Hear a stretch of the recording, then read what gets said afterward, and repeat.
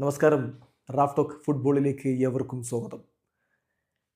ഇത്തവണത്തെ സീസൺ ഇത് അവസാനിക്കാൻ പോവുകയാണ്. 2 മാസക്കാലം കൂടിയേ ഉള്ളൂ ഈ ക്ലബ് സീസൺ. പിന്നെ ക്ലബ് വേൾഡ് കപ്പ് കൊണ്ട് കഴിഞ്ഞു.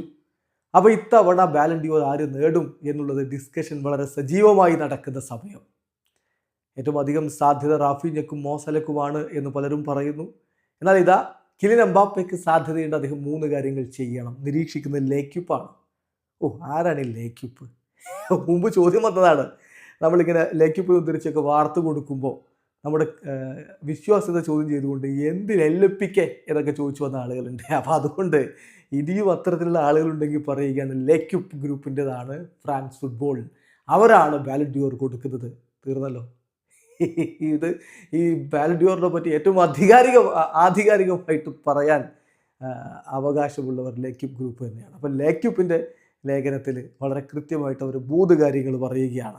കിലിൻ എംബാപ്പയ്ക്ക് ഇത്തവണ ബാലൻ ഡിയോർ കിട്ടാൻ 3 കാര്യങ്ങൾ, 3 ചാലഞ്ചസ്, 3 വെല്ലുവിളികൾ അദ്ദേഹത്തിൻ്റെ മുമ്പിലുണ്ട്. 1, പിച്ചിച്ചി ട്രോഫി നേടണം. പറ്റുമോ? ലാ ലീഗയിലെ ടോപ്പ് സ്കോറർ പട്ടം ലെവൻഡോസ്കിയുമായിട്ട് പോരാട്ടത്തിലാണ് കിലിൻ എംബാപ്പ ആ കാര്യത്തിലുള്ളത്.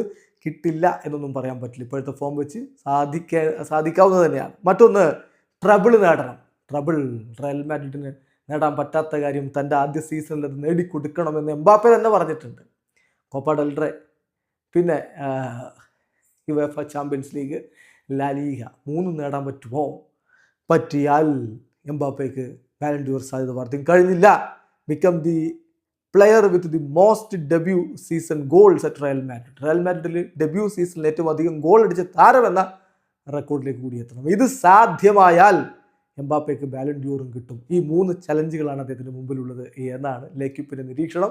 സാധിക്കുമോ കിലിൻ എംബാപ്പയ്ക്ക്? കാത്തിരിക്കാം. വീഡിയോ അവസാനിക്കുന്നു. ഫുട്ബോൾ ലോകത്തെ കൂടുതൽ വിശേഷങ്ങളുമായി റാഫ് ടോക്സ് എത്താം.